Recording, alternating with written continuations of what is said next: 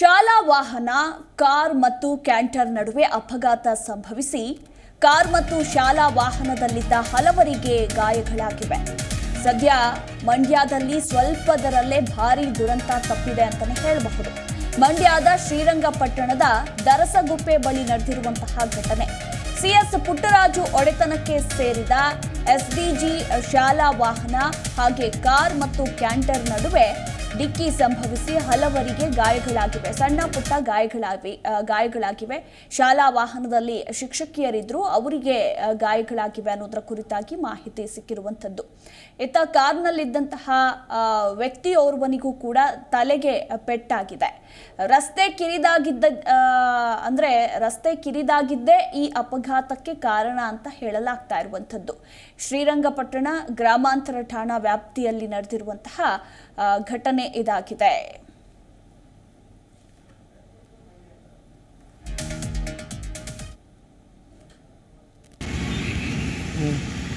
ಗಮನಿಸ್ತಾ ಇದ್ದೀರಾ ನೀವು ಕೂಡ ದೃಶ್ಯಾವಳಿಗಳಲ್ಲಿ ಶಾಲಾ ವಾಹನ ಕ್ಯಾಂಟರ್ ಮತ್ತು ಕಾರ್ ನಡುವೆ ಸಂಭವಿಸಿರುವಂತಹ ಅಪಘಾತ ಇದು. ಅದೃಷ್ಟವಶಾತ್ ಯಾವುದೇ ಪ್ರಾಣಾಪಾಯ ಸಂಭವಿಸಿಲ್ಲ. ಬಟ್ ಶಾಲಾ ವಾಹನದಲ್ಲಿ ಶಿಕ್ಷಕಿಯರಿದ್ರು, ಅವರಿಗೂ ಕೂಡ ಸಣ್ಣ ಪುಟ್ಟ ಗಾಯಗಳಾಗಿತ್ತು.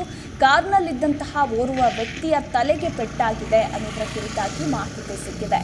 ಮಂಡ್ಯದ ಶ್ರೀರಂಗಪಟ್ಟಣದ ದರಸಗುಪ್ಪೆ ಬಳಿ ನಡೆದಿರುವಂತಹ ಘಟನೆ ಇದು. ಈ ಕುರಿತಾಗಿ ನಮ್ಮ ಪ್ರತಿನಿಧಿ ರಾಘವೇಂದ್ರ ಇನ್ನೂ ಹೆಚ್ಚಿನ ಡೀಟೇಲ್ಸ್ ಕೊಡ್ತಾರೆ. ರಾಘವೇಂದ್ರ, ಮಂಡ್ಯದಲ್ಲಿ ಸ್ವಲ್ಪದರಲ್ಲೇ ಭಾರೀ ದುರಂತ ತಪ್ಪಿದೆ ಅಂತಾನೆ ಹೇಳಬಹುದು.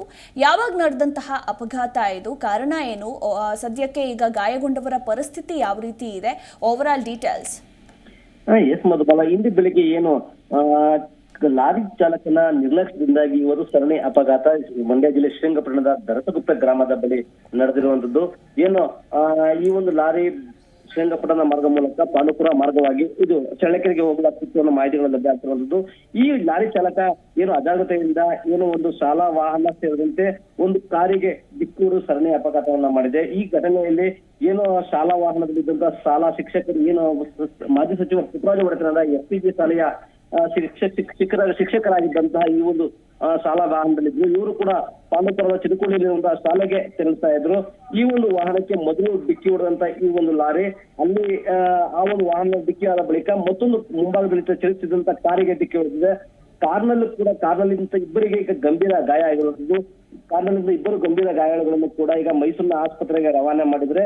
ಏನು ಶಾಲಾ ವಾಹನದ ಶಿಕ್ಷಕರಿಗೆ ಸಣ್ಣ ಪುಟ್ಟ ಗಾಯ ಆಗಿದೆ, ಅವರನ್ನ ಕೂಡ ಪಟ್ಟಣದ ಆಸ್ಪತ್ರೆಯಲ್ಲಿ ಪ್ರಾಥಮಿಕ ಚಿಕಿತ್ಸೆಯನ್ನ ಕೊಡಿಸಿ ಈಗ ಅವರು ಕೂಡ ಹೊರರೋಗಿಗಾಗಿ ಚಿಕಿತ್ಸೆಯನ್ನ ಪಡೆದಿರುವಂತದ್ದು. ಈ ಒಂದು ಘಟನೆಗೆ ಮುಖ್ಯ ಕಾರಣ ಒಂದು ಕಡೆ ರಸ್ತೆ ಕಿರಿದಾಗಿರುವಂತದ್ದು, ಮತ್ತೊಂದು ಕಡೆ ಕೂಡ ಏನು ಚಾಲಕನ ಅಜಾಗರೂಕತೆ ಕಾರಣ ಅಂತ ಹೇಳಲಾಗ್ತಿರುವಂತದ್ದು.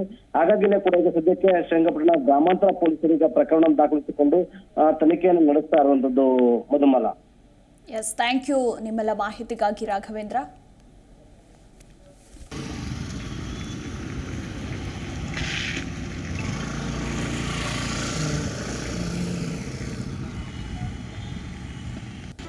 ಜಿ ಕನ್ನಡ ನ್ಯೂಸ್ ಈಗ ನಿಮ್ಮ ಮನೆಯಲ್ಲೇ ನೋಡಿ. ಎಲ್ಲ ಕೇಬಲ್ಗಳಲ್ಲಿ ಈಗ ಲಭ್ಯ.